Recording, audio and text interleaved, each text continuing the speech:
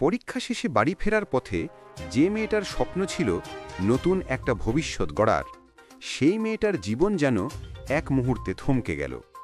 ঘটনাটি ঘটেছে শরীয়তপুরে। সরকারি কলেজের অনার্স প্রথম বর্ষের এক ছাত্রী পরীক্ষা শেষ করে সহপাঠীর সঙ্গে বাসের অপেক্ষা করছিল।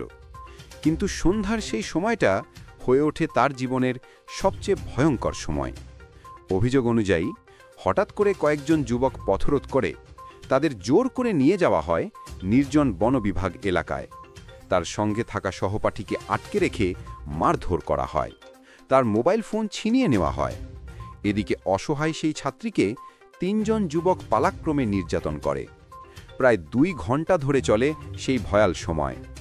শেষে ভয়ভীতি দেখিয়ে সড়কে ছেড়ে দেওয়া হয় ২ জনকেই। স্থানীয় একজন প্রত্যক্ষদর্শী জানিয়েছেন, তিনি একটি মেয়েকে ভয়ভীতির মধ্যে দেখতে পান। প্রশ্ন করতেই অভিযুক্তরা পালিয়ে যায়, আর তখনই বেরিয়ে আসে ভয়ঙ্কর এই সত্য।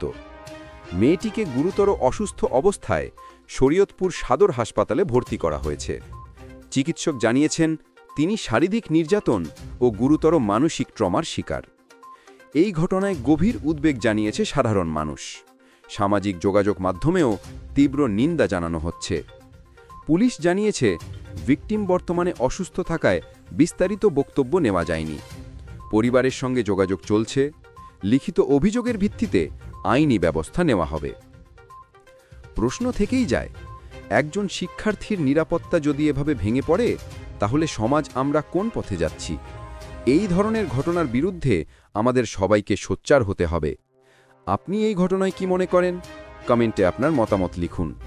ভিডিওটি গুরুত্বপূর্ণ মনে হলে একটা লাইক দিন, শেয়ার করুন পরিচিতদের সঙ্গে। আর এমন গুরুত্বপূর্ণ বাস্তব খবর পেতে ক্লারি নিউজ চ্যানেলটি সাবস্ক্রাইব করুন।